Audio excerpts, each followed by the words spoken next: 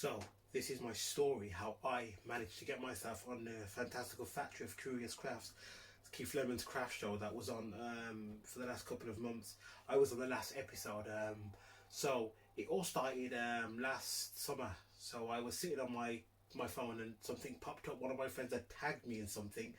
And it was, can you put your crafts to on TV and do something great for a new TV show? So I was like, I'll put my details down, it's never going to happen, blah, blah, blah, blah. And I did it, and then I got a phone call, and they were like, oh, it's, this is what they do, it's protocol to call people, and they call me, and a woman, lovely woman, she one of the producers, she started asking me, she was intrigued by my life story and my illness and how I was sick and nearly died, and so she was really intrigued of that, and she said, you're an inspiration, and you've gone through all of that. You still come through the other side. And you're still managing, even with all your disabilities and stuff.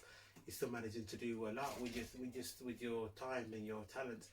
So then she got off the phone, and I got another phone call saying, "Can you do a design? Just rough design. It wasn't for the show. It was just to test our design ability in terms of how we would approach a design before we did it." And I'd done it, and it was I think it was a doghouse for Mark Owen from Take That, that's his name. And I did it, and they said, "Oh, that's fantastic." Then they invited me down to London to do an audition. So my wife took me down because I can't drive because of my disabilities, and we went down, and I made a little tiny robot based on me. It was really cool. I wish I could go back and get that from the team. Wish I could to show you guys. It was really cool. So I done that, and I went home, and they were like, "Oh, that was fantastic. We've got one more stage for you to prove yourself. If you get past this stage, we'll see about putting you on the actual show." So I was like, "Okay, yeah, whatever." They asked me to do another design based on something that they were going to do for the show. It was a 3D opening, not like a book or a card that opens up into a 3D scene. They asked me to design it, so I did it, and I got another phone call, and they said, "Look, we want you on the show. We want you to come and be on the show." And this was around September 2019. So me and my wife went to Elstree Studios, world famous Elstree Studios. Was fantastic. Went there, you seen all the famous people walk in and out, and it was so wow, whoa, this is it. And at the time, we didn't know Keith Lemon was the host, and one of the directors or producers of the show was like, came in and gave us the breakdown. He was like, "Yeah, it's going to be Keith Lemon." It was blah blah blah. But my wife had seen Keith Lemon in the hallway prior to that. So she was like, "Yeah, I knew it was him. I knew it was him." So then my wife was allowed to come on the set, and I think she was a bit bummed because of that.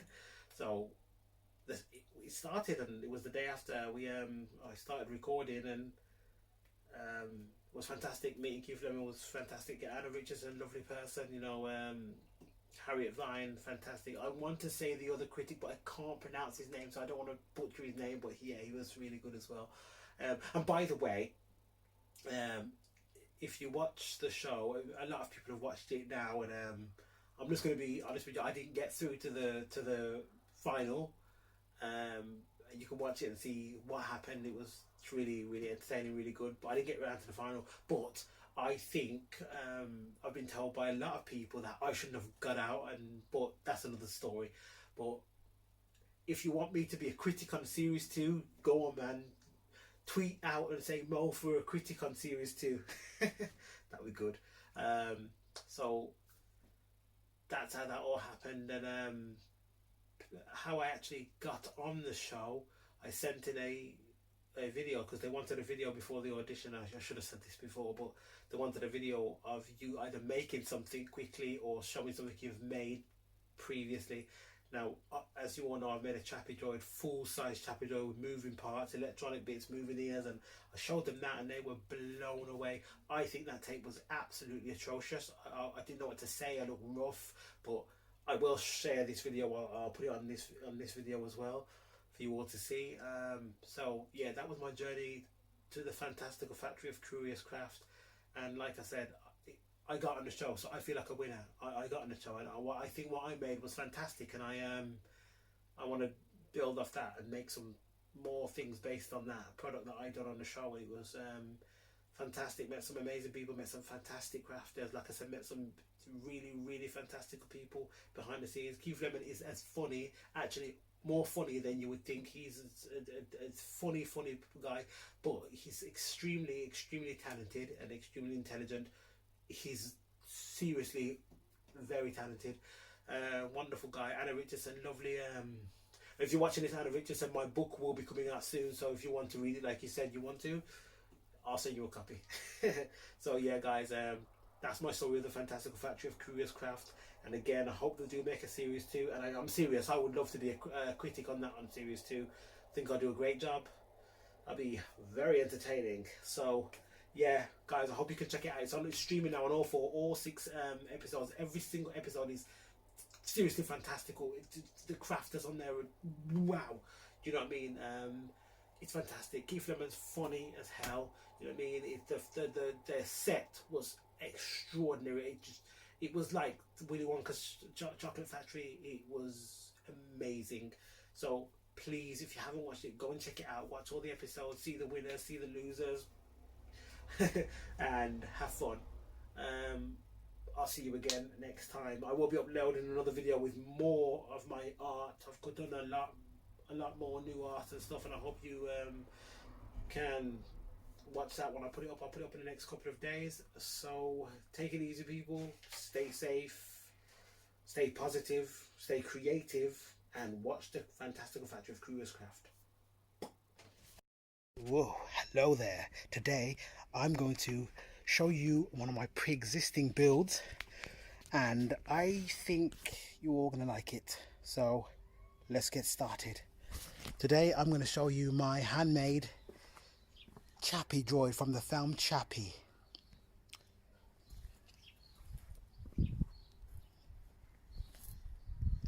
There he is in all his glory. So let's get down to the nitty gritty. So first of all, I want to start with the head. The head, the whole design started off with the head, trust me. Started it. It was just a sheet of MDF. I drew the one side first, and I put it together, and before you know it, it was taking shape. I thought, how am I going to do this piping?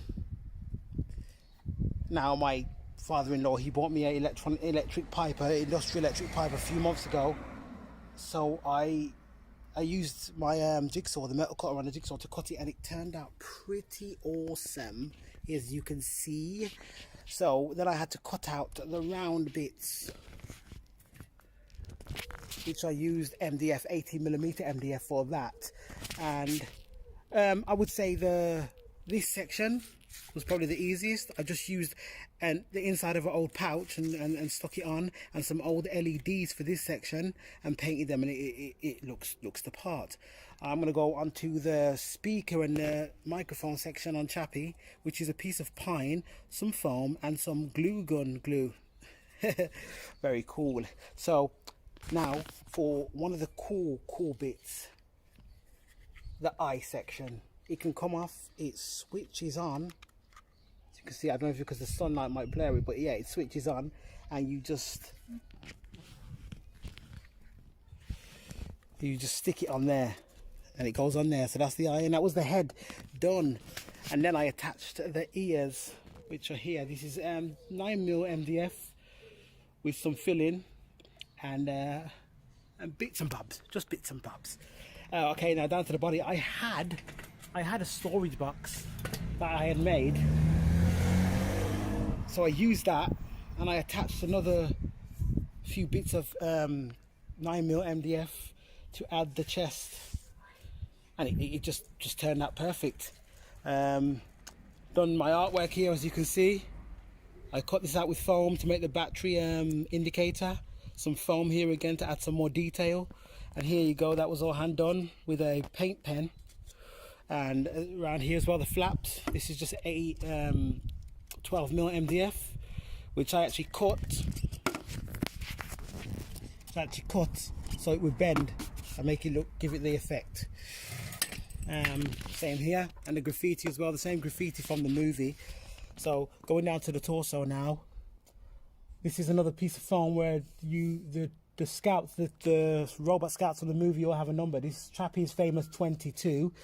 And I just added a few cool little bits and bobs, pieces of plastic I had lying around to make it look cool. again, adding the electrical wire, because the original Chappy has metal bars here, that support bars, and I done that.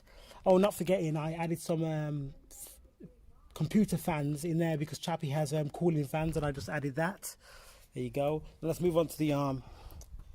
The arms for me were one part I wanted to get perfect, so I made them be able to move. As you can see, the mechanisms in there all works. The piping onto the hands, everything moves. Every part of the hand moves, can hold weapons, and you wouldn't believe it, I used cocktail sticks in between the fingers to achieve this, and it worked a treat. Actually, I'm very happy with that. And again, let's look at the other arm. Same thing, nice fluid movement, hands moving. Woo, woo, look at that. Yeah, so yeah, now last but not least, the legs, the behemoth. There you go, MDF foam.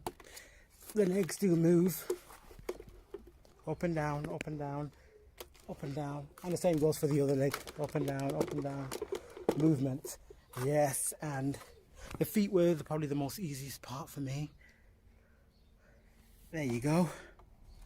In the film, the feet open, but I wasn't going to go that far. But I'm very happy with how the feet turned out. Very, very happy, and very, very happy overall with the Chappy. Now I'm going to go into my thinking and idea. Why did I make this? Well, I was sitting down one of the days, and I thought, why I want to make something very cool, but very, very big, and well, a decent size, something that people will look at and be like, wow. I thought, oh my god, I love the film Chappy, I love the droid. I've not seen anybody make anything like this, except for cosplay. I've seen cosplayers do it, make the suits, but nothing like this. So then, about a year and a half ago, I started doing it, like I said, the head, and voila,